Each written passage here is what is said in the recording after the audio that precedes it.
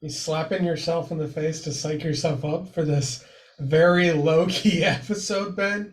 Now I'm Um, slapping myself in the face because it's the week of Christmas and I'm running on fumes. oh, yeah, that thing. Welcome, everybody, ladies and gentlemen, to Man Buns and Jesus, episode 30 something of season two. We are so happy that you've joined us today. Wait, And is this episode one of season three? Because it's after Christmas. no, We haven't drawn the because I arbitrary haven't line talked to you about this yet, but I want to actually like schedule out season three. yet. So Oh, we, okay, never yeah. mind. Ignore what I Um, said. Sorry, everyone, for that peek behind the curtain that we accidentally just gave you.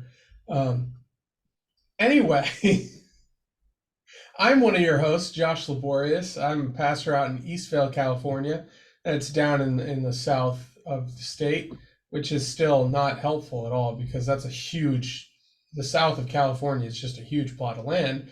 But anyway, and then Benjamin, the other gentleman on this pod, well, gentleman's a strong word, but he's a pastor, I guess, so we'll give him that, out in Lake Orion, Michigan, to the people of Good Shepherd Lutheran Church, and he's waving, even though most of you just listen to this podcast. So, whatever. What are we talking about today, Benjamin?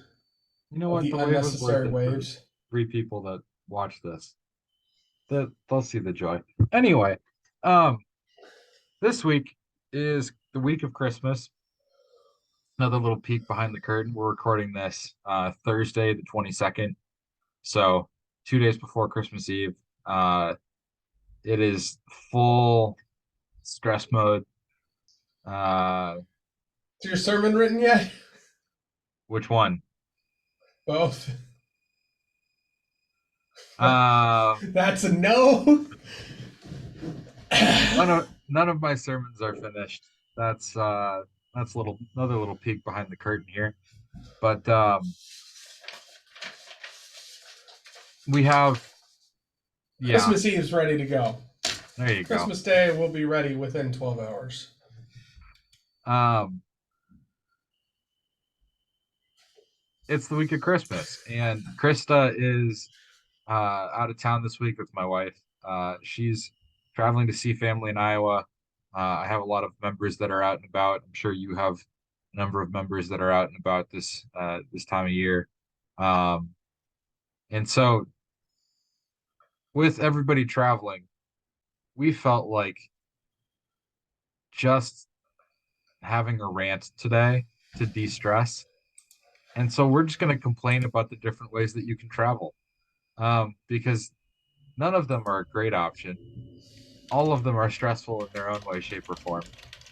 And then to bring this back around at the end and make us actually talk about something related to church, we're going to challenge ourselves to turn this into a sermon at the end. So if you want to stick around and see how we do, we'd love for you to do that. But Josh, what's your least favorite form of travel? And let's like stick to the big ones. So uh, Uh, vehicle, train, plane, bus. um. Oh wait. I was about to think about it for a second, but I just realized under no circumstances do I have to think about it at all. It's a bus. Um, Okay. and here's why. So, uh, uh, probably a month before our wedding, before we got married, I was home in Georgia at my parents' house. We were getting married down there, but Chris was still up in St. Louis. So that's where we both were, and her dad passed away. Obviously, I have to get to St. Louis for the funeral, which, like, for anyone who's not familiar, like the turnaround on funerals is pretty quick, right? When someone dies, the funeral is typically almost within a week. Uh, if they're getting cremated, sometimes people like you can hold until you get family together, but like especially if you're dealing with a body, right? Like the goal is to get it in the ground pretty quick. So I have, just a couple days notice to get to St. Louis. And I don't even know if it was a couple days. I think I might have had to be there like within a day or two. And I thought to myself, like, I wasn't going to make that drive safely with the time span that I was looking at. Although now looking back, I'm like, I could have made the drive. I could have just driven up there. Um, and a plane, I don't know if any of you have ever tried to get a plane last minute, but those tickets are stupid expensive, especially for a seminary student with very little disposable income. So I get a Greyhound ticket. My dad drives me up to the Greyhound station in Atlanta, Georgia. Ladies and gentlemen, the Greyhound station in Atlanta, Georgia is in a part of the town where, like, maybe you avoid coming to full stops at stop signs and you make sure your doors are locked at all times, right? Like, it's not a great area of town. So I get dropped off at this Greyhound station. I wait in line for my bus, and then I continue to wait in line, and I continue to wait in line for like 2, 3, 4 hours after my bus was supposed to leave. So I get on the bus. I mean, it's a bus. Like, I mean, it's more comfortable than a school bus, but it's like, it's a bus. So, like, I wasn't expecting 5-star accommodations. I get on the bus, right? Get to Nashville, which was a layover. Like, I don't know what they call it for buses. I was supposed to transfer to another bus to get the rest of the way to St. Louis. I get to Nashville at like 2 in the morning. And I go up to the counter and they're like, oh, yeah, that other bus left like 3 hours ago.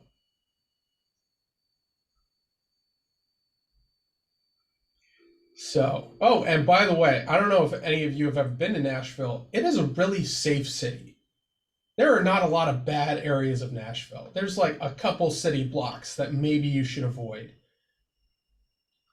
The Greyhound station was in those couple city blocks. So I've determined that whoever plans locations for Greyhound stations is like, where's the worst part of town? Let's put it there. That's what we're gonna go with. So I'm sitting there. They don't have a bus. Like, there is no alternative. They cannot get me to St. Louis in time for this funeral.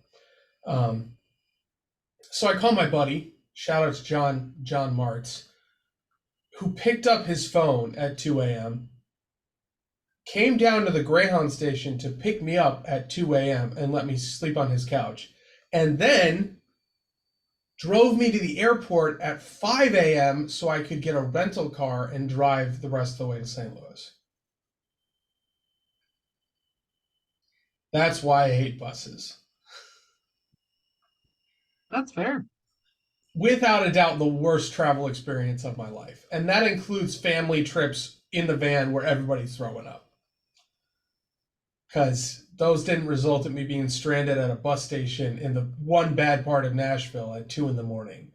So, what about you, Ben? Um, I think I'd probably have to agree. Buses are my least favorite. Uh, I used to take Megabus a lot when I was in college because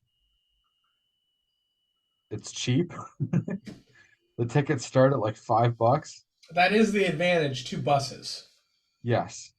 I could get, I figured out a way that I could get home and back on a Megabus for like $5 to $10 a trip. Because the earlier you book, the cheaper the tickets were from Megabus. Um, and if you bought the tickets on two different credit cards, you could, they couldn't figure out that you were round tripping it, and so they wouldn't upcharge you for the second one. Uh, yeah, He had a system. yeah, I did.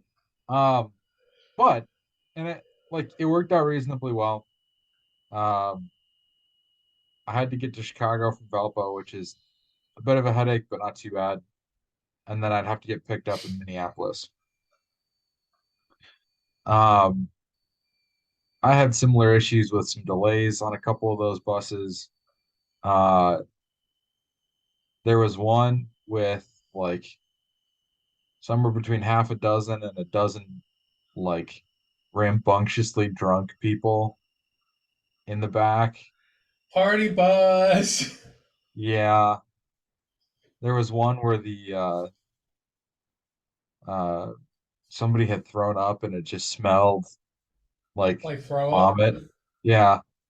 Um, but all of those bus experiences don't compare to uh my journey to the 2010 LCMS National Youth Gathering. My church was joining a handful of other churches from Minnesota, and we'd jumped in with them on renting three buses. The trip from Minneapolis to New Orleans, Louisiana, on a bus takes about 22 hours of driving. Um, we got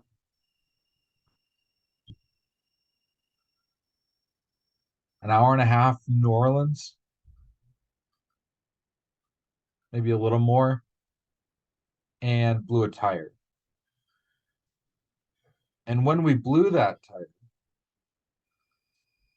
as much as our bus driver had continued to say, don't use the bathroom in the bus unless you absolutely need to, because it fills up quicker than you expect.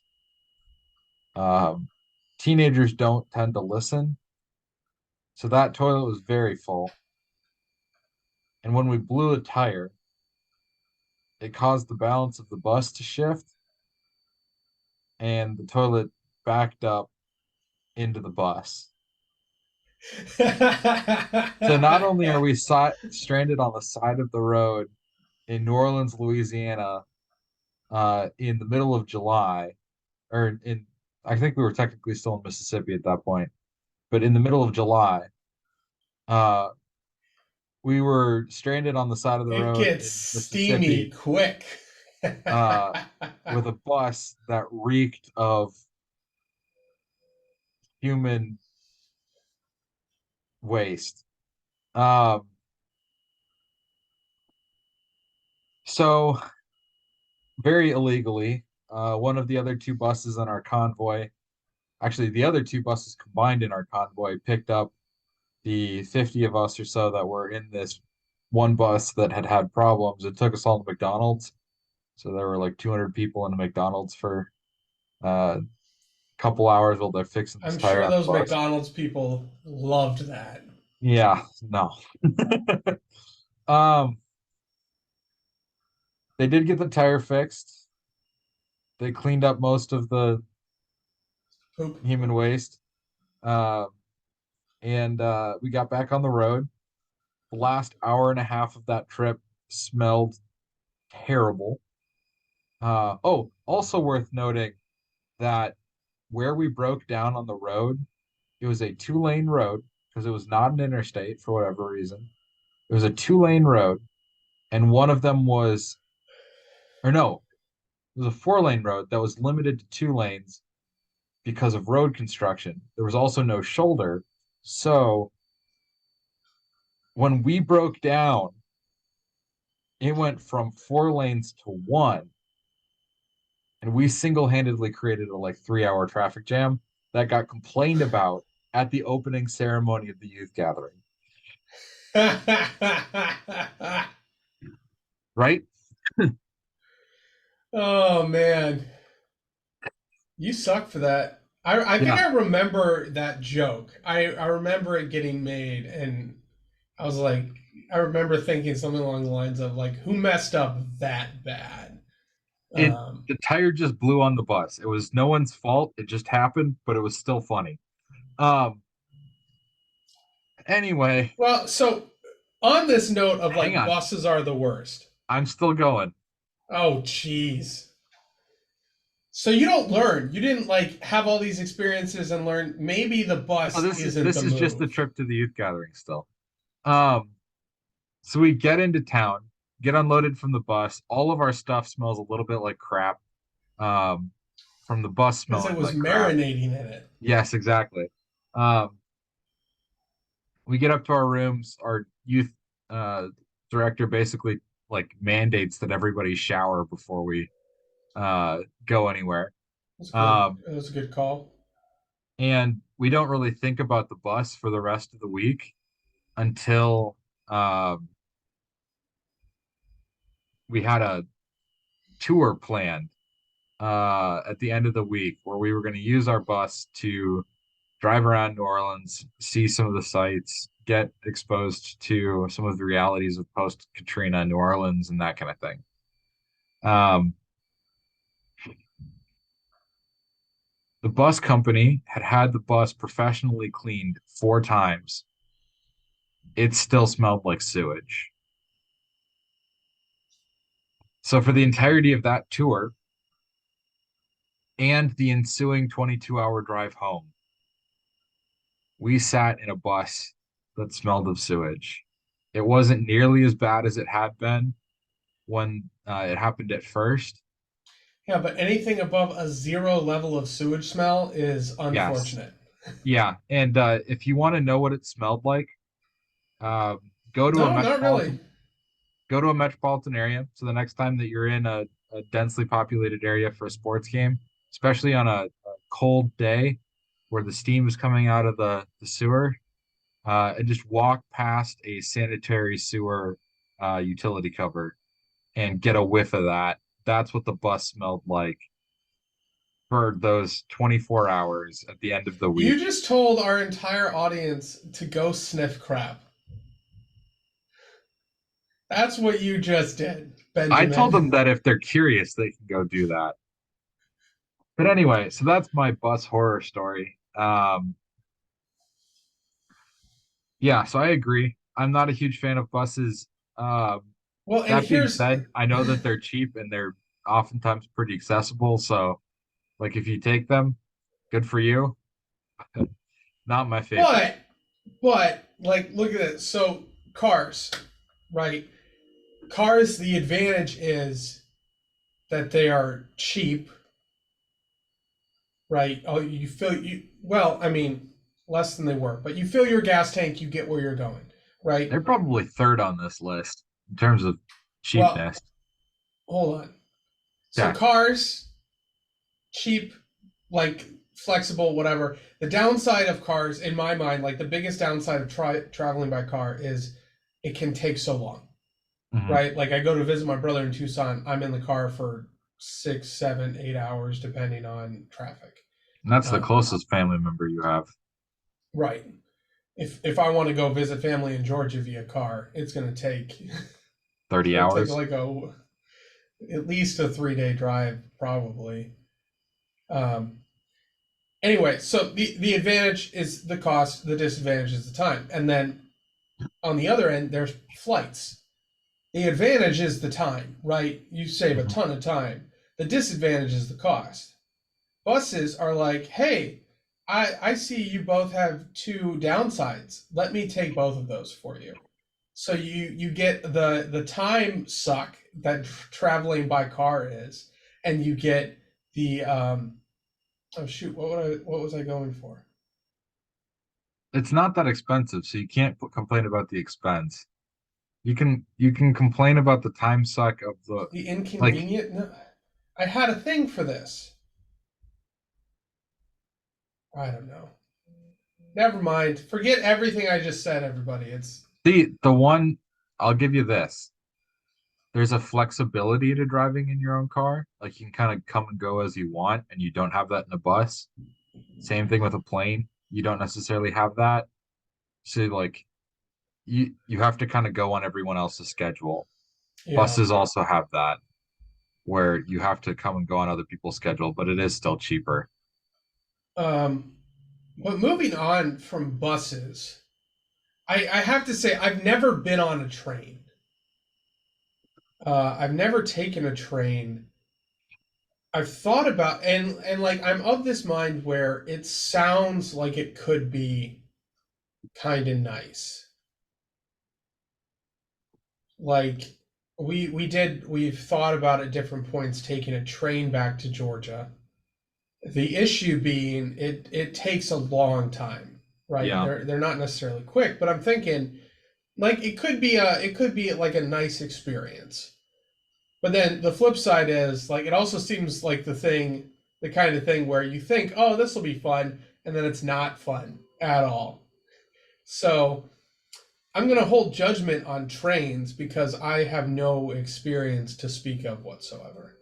I guess the closest I've been on New York subways, which are nice. They're like in New York, super convenient.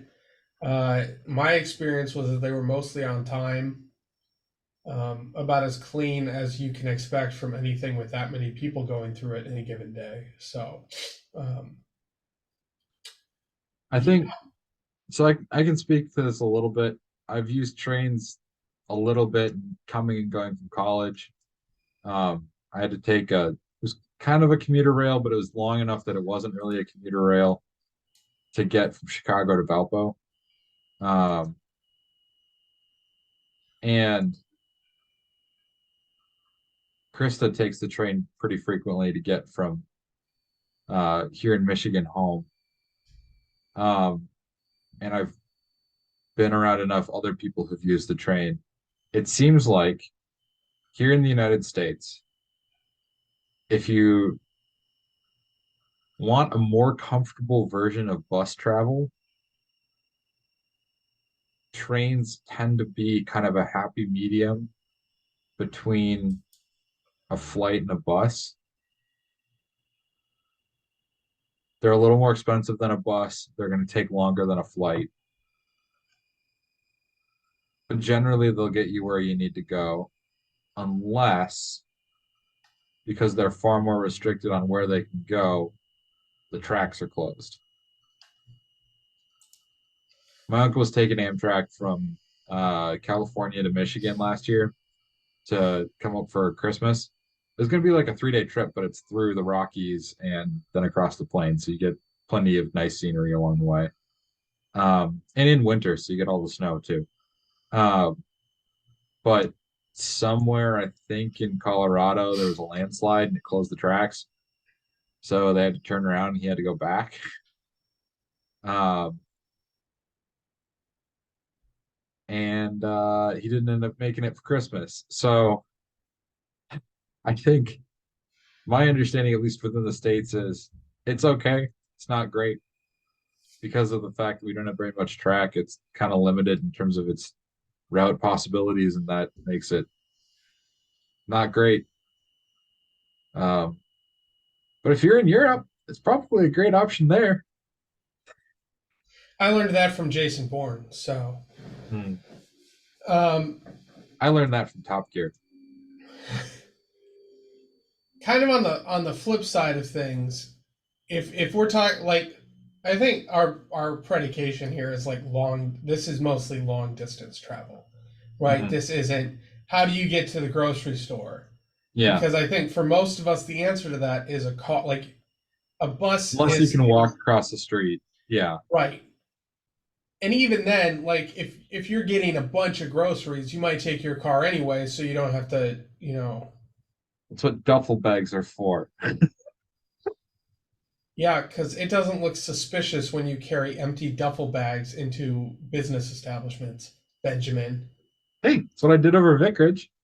I lived across the street from the local grocery store, so I'd bring a duffel bag and a couple of reusable shopping bags. I'd load them up when I got done, and then walk home across the street. And yeah, I guess I'm picturing the street like we live off Main Street, so it's like businesses are pretty far away from the road, and like no, that it was the would be a case. That hike. was the case there too. It was a Anyway, fairly major so long. intersection that I had to cross to get there, and uh, traffic was. I think the speed limit was like 40, and it was a Walmart, so it wasn't like it was super Oh, then you well could have set just up for. taken a shopping cart. Sorry, borrowed a shopping cart. I got a story. You I know what? Since it's transportation, I'm gonna tell this story, even though I it's not seriously super considered getting related. one of those like fold The up ones that they had at wagons. the seminaries. At the seminary, but like you know what Oh, I'm talking yeah, yeah, about. yeah. I know what you're talking about. No one else does, but I know what you're talking about. They, Um, they're like shopping carts, but you can fold them up so that they start when you get home. That way you can take them Yeah. on like buses and stuff. So I had a buddy who shall remain nameless because I mean, this is a minor crime, but it is a crime. So Um, it's not Sean. oh no, heavens no. So he was at a Chick-fil-A and the battery in his van died. So he walked to a Walmart, which was like it wasn't too far away because it was like all part of a shopping center. It was just on the other side of the shopping center to get it to replace his battery. So he got this battery at Walmart, and he starts to head back toward his car. But what he like the battery he had did not come with a handle, and those suckers are heavy. Uh, so they took a shopping cart to walk the battery back to the car. But by the time they actually got back to the car and installed the battery, whatever, apparently it was pretty late at night. So he was like, I don't feel like taking the morning to go to work. We frequently, for our apartment, because we lived on campus, we frequently just left our apartment door unlocked because we had friends coming over all the time, so we just left it unlocked. So I wake up to go to work at like 7 in the morning on Saturday, and I walk out into our living room, and there's a shopping cart in the living room, and I'm really confused. I'm like, why? What? Where? What? I gotta go to work. This isn't my problem. Um, so This is we later have the Josh's shopping problem. cart in our living room because of transportation issues. To circle back to the topic of the podcast, but what was better is it really bothered one of my roommates that we had this shopping cart in our apartment, which meant it stayed there. And like we decorated that sucker for Christmas, and for a long time we just had it on our balcony. Like it was just chilling there. We actually looked into making it into a smoker. But we did a little research, and they tend to coat the metal of shopping carts with some stuff that's like you really don't want to light on fire and inhale. So we didn't do that. I think the shopping cart did eventually get returned to Walmart because the roommate who hated it was the last one to move out. So he and his parents took it back to Walmart when they were done. I was an advocate for. I said we should have taken it apart because he was like the roommate who hated it was moving into another apartment with some of the same people that we hung out with. I said I was leaving, but I said, you guys should definitely take apart the shopping cart and hide pieces of it all over your new apartment. So that, like, he just opens a random cabinet and boom, piece of a shopping cart. He's taking a shower and he moves the curtain and then boom, clatter, clatter, clatter, another piece of a shopping cart. They didn't You're do that. you're a I twisted which man, Josh. You're a you know what, twisted that would have man. been great, and you know it would have been great. So, I can't. but I can't. There were. Yeah. Anyway, yeah, that's your response. So, when we're talking about long distance transportation, now that I've finished all my tangents, I do genuinely believe flights are the way to go. Um, like especially when you're talking about the distances that like I have to travel. Like if I'm visiting home, I'm going from Southern California to Middle Georgia. I mean, that's like about as far as I can go and still stay in the contiguous United States. I mean, technically, I guess it would be further if I went up to like the Northeast because that would be the yeah. hypotenuse of the triangle. I But can't remember which is further, SoCal to Maine or Southern Florida to. I think it's Southern Florida to like Seattle area, I Upper believe that would Washington. anyway. Um, You're pretty close though. Well, and like when we were moving out here, we kept track of receipts, right? Because when you move to a new church, they pay most of the moving expenses. So I know exactly how much, when all is said and done, it costs to drive that kind of distance, which includes gas. You're putting like a couple thousand miles on your car. like enough miles that you probably, if you just got an oil change before you left, you probably need a new one when you arrive. Um, I can't remember. Did you guys end up renting a van, or yeah, you found a moving company, right? we took a we yeah we loaded up with ABS, I think is their thing. Anyway, so you got to take into account food and gas and hotels because you can't make that drive. Well, you could, you shouldn't, but you could. Um, it's cheaper to fly, right? Like it's stupid expensive to actually pay and get all the way out there. Um, and flights are so fast. And so you just kind of sit there, you take a nap, and you wake up, and boom, you're at your destination. And like my wife and I, we have TSA pre-check, which is phenomenal. Like if you fly with any sort of regularity, TSA pre-check is the move. It's like $70 for 5 years, and you pretty much just skip security. You have to walk through a metal detector. That's it. You don't have to take your shoes off, don't have to take your belt off, don't have to open your bag. I mean, they still scan your bag, but like it's just so much faster. So we walk in, you fly, it's great. I'm team flights all the way. Most of my family is located in the Midwest, and I've lived basically my whole life in the Midwest. So I can't.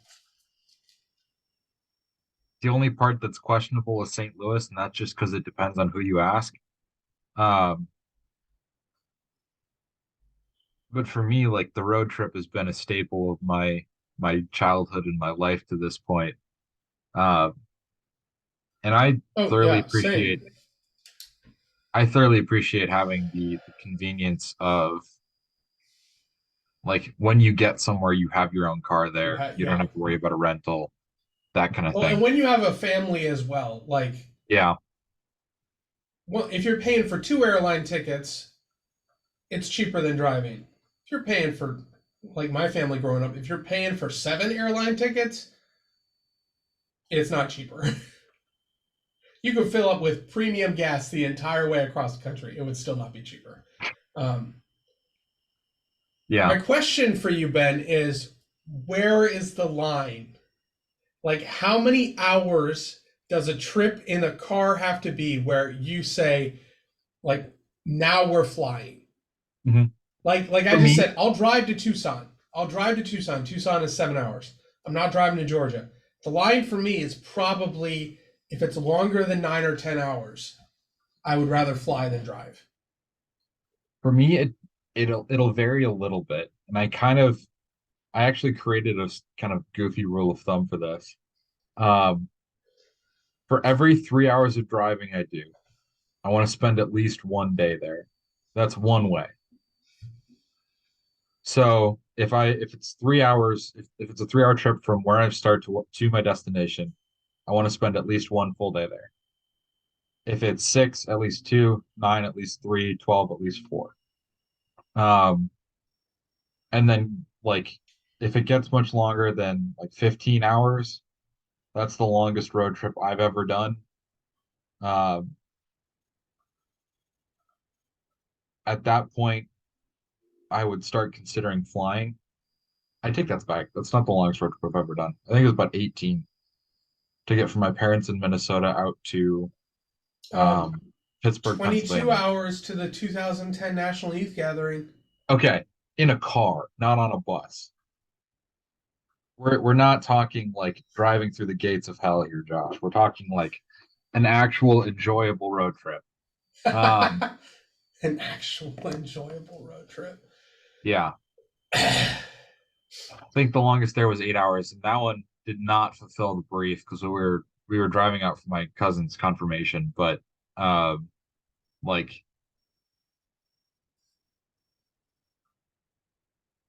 generally, I think that's about it. And then anything longer than like 15, 20 hours, unless I'm going to spend considerable time there, I'd probably look at flying. Yeah. Like my wife Well, and I are and headed to Florida in February, and we're gonna fly out because we're just spending a few days there. So yeah. not Well, and you worth got to you got to keep trying in to figure it mind on out. the other end, right? like if it's a really short flight, you gotta compare because you have the Mhm. time of the flight, right? But you have to show up to the airport what 2 hours before your flight. I mean, if you Yeah, have TSA pre-check, maybe an hour. You can get away with an hour. So like yeah, you have to add that in, and then after the flight, like there's buffer time on either end that you yeah. have to deal with.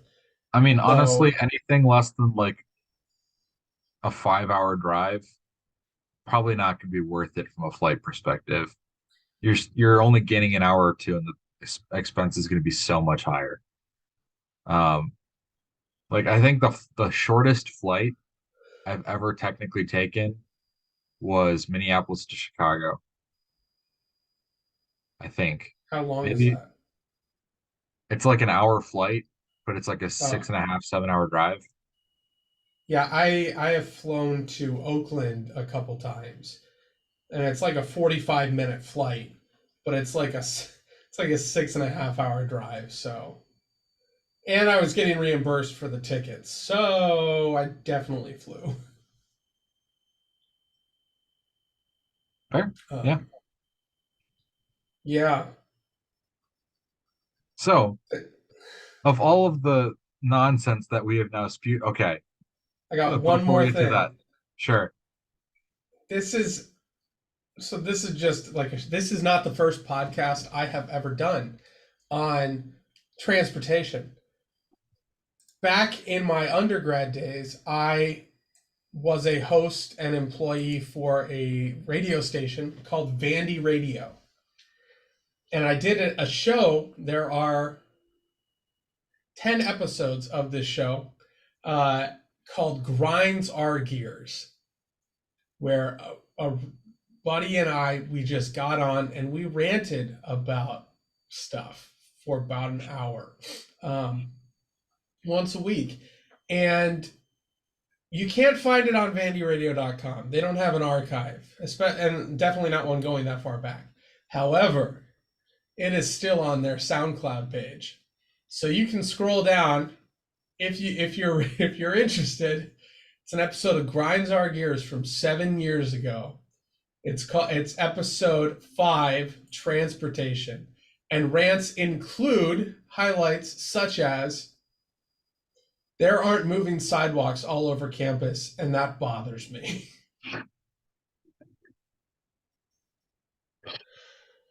See, if that was done at Valpo, it would have been something more along the lines of the sidewalks just don't make sense. There was Oh, a wait, no, there are 12 episodes, and the 12th episode is Stupid People. So. okay. Oh, We had a legit theory at Valpo that the sidewalks only made sense if you looked at them from Google's satellite view. And I don't think it was that far-fetched. yeah, I've been to that campus once. I would have just walked across the lawns, my guy. We did. But We did. We totally did. Anyway, so Josh, with that, the challenge now is how would you preach this? easily. I need a uh, text and I need oh, I need you a need a direction. text. I need a text and I Oh need a direction. man. Um, Cheesy Pete's. I was not as equipped for this as I should have been. Um, okay, so really low hanging fruit because I'm pretty sure I already preached this. The text would be one of the part of the story of Jonathan and David, and how Jonathan is such a good friend to David. And then the story I would use would be the story of why I hate buses so much. Because my friend John Martz came through big for me, like phenomenal friend, and kind of an example of how friends kind of do ridiculous things for each other. And the ultimate drive would be as Christians, we're called to be that kind of friend, not just to a few people, but to all our brothers and sisters in Christ. So there you go. There's a sermon. There's a sermon for you. If you're a pastor who listens to our podcast, feel free to use it. I got Psalm 23 and my harrowing bus adventure. Oh, jeez. Though I walk through the valley of the shadow of death, I shall fear no evil. For your rod and your staff, they comfort me. Boo. I got another one. This is also actually one I've used before, but the idea of trains and how like I guess more European trains based on how you described things, but if you're on a train, there are a lot of different places you can go. Right? There and the text I would use would be something like the Sermon on the Mount. If you're on a train, there are a lot of different places you can go. There are junctions, there are like you can get a lot of places on a train. But you always have to stay on the track. And if you get off the track, you have major issues. In the same way, God's law has been given to us, and it's like a track that we're supposed to stay on. And you can do a lot of different things. You can make a lot of different choices. You can end up a lot of different places with that, but you got to stay on the track because otherwise you're going to end up with major issues. Boom, transportation turned into a sermon. Pretty sure I've used that one like in the last month or two. Bonus points to any members of my congregation that remember the sermon and can tell me when I preached it. Because I'm not going to look it up. Anyway, uh, those are our takeaways for today. And kind of as an aside to all of those takeaways, um, you can like reflect on so many random parts of life and God's involvement in each of them. Um, Don't and spoil my Christmas Day sermon, Ben. Or I guess this is coming out after. Never mind. yeah, Continue. yeah. So like when you experience something in life, be creative in how you think about it and how you think about God's blessings in the midst of it. And treasure those memories, treasure those things, and thank God for them. Um, or thank God that you made it through them in some cases. That's true. Um, There was a chapel sermon to that effect that has that Dr. Schmidt had an incredible illustration for that. And his example was he had a bunch of photos that his dad took when he was growing up. And his dad wasn't in any of the photos because his dad was taking the photos and selfies weren't really a big thing. Um, but he had always, like, his dad had a habit of having his finger on the lens and leaving like a fingerprint or a smudge. So on the picture, you would have a fingerprint or a smudge. And his example was we knew dad was there, we could see his fingerprints on the picture. And then the transition was when you're looking out at the world, it might look like God's not there, but his fingerprints on the lens. You gotta look for it. You gotta be aware of where his fingerprints are gonna be. So go with Beautiful. that. It's one of maybe 3 chapel sermons that have really stuck with me. And I went to all the Ben can tell you, I was at every chapel. There were a lot of sermons that I was like, cool. When sometimes your preachers are seminarians learning how to preach, there can be some rough ones in there. Some of them are really good though. Yeah. And there's also some times where professors who haven't had to regularly preach in a while can They also just preach a bit of a lecture rough sermon. instead. Um, yeah. So anyway, prayer thoughts for today. A couple of things. One, uh, be prayerful about how God is working in your life. What things He might be trying to teach you in the midst of interesting happenings, and what ways you can use those stories to point other people to His involvement in their lives. And then two, be in prayer for all those who are traveling. I know we're on the backside of Christmas with this podcast, but there's still going to be people on the road, especially like through New Year, with everybody out of school and all those kinds of things. So keep those people in your prayers. Ask for their safe return to wherever they're going, or safe travel on the way out if they're driving later. But Josh, you want to add anything? Shameless plugs. Oh yeah, those are good. Yeah, Unlike post so travel. if you stop listening for shameless plugs, don't stop yet. I might have already lost some people, but as I mentioned earlier, Ben and I are soon we're taking a week off, and then we're going to be starting season 3 of Man Buns and Jesus. We're gonna plan more, and part of that is topics and guests. And if you have a topic or a guest, give it to us sooner rather than later, because we're going to schedule more in advance than we have been. So like if you wait till halfway through season 3 to give us a topic, you're not going to hear about it till season 4. So get those into us. If you have a friend who's been complaining to you about their transportation experience this Christmas, send them this podcast and make them listen to it, I guess. We can commiserate with them. So if you leave for shameless plugs, you are dismissed now.